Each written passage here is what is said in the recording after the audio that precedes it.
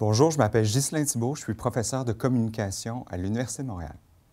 Mes travaux de recherche et mes intérêts d'enseignement portent de façon générale sur la relation entre technologie et culture. Donc, quelle est la place des technologies dans la culture? Comment on se représente les médias dans la société?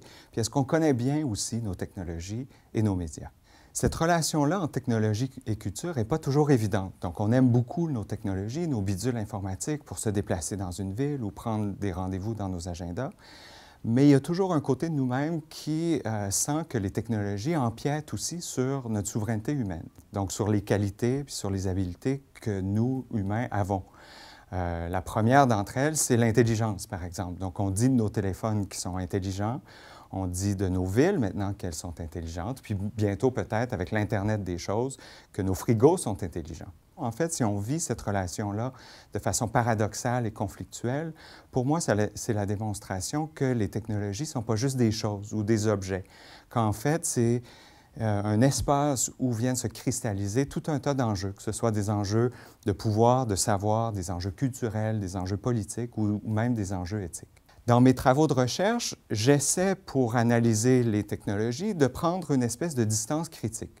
Et donc, je le fais par le détour par l'histoire.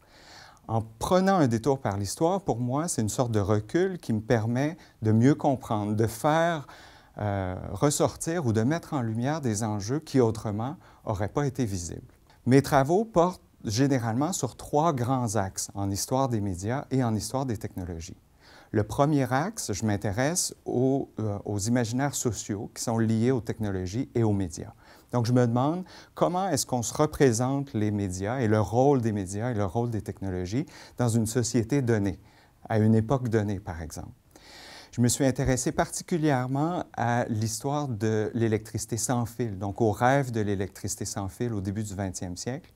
Et ça me permettait de voir comment les technologies sont aussi le lieu où une société va vivre certains rêves ou certaines craintes par rapport aux technologies. D'autre part, je me suis aussi intéressé aux matérialités des technologies. Donc, comment est-ce qu'une technologie qui est introduite, par exemple, dans une société ou même dans le milieu domestique à plus petite échelle, comment est-ce que ça bouleverse l'ordre qui est établi?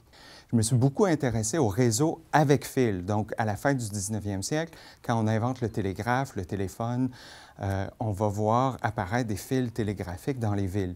Et finalement, le troisième axe de recherche m'intéresse à la place et au rôle qu'on va donner à la question de la technologie ou de la technique plus généralement dans d'autres disciplines que la communication.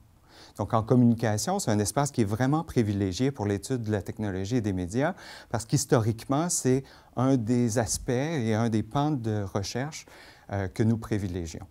Ce qui m'intéresse particulièrement, c'est aussi de savoir comment d'autres disciplines, la sociologie, la littérature, les arts, les sciences, la philosophie, donnent une place et comment ils interrogent la question de la technologie et des médias. Donc, je suis intéressé à travailler avec des étudiants qui s'intéressent de près ou de loin aux médias et aux technologies, que ce soit des technologies plus récentes, comme les technologies numériques, ou un peu plus obsolètes. Et il me fera plaisir de vous rencontrer. N'hésitez pas à m'écrire. Merci.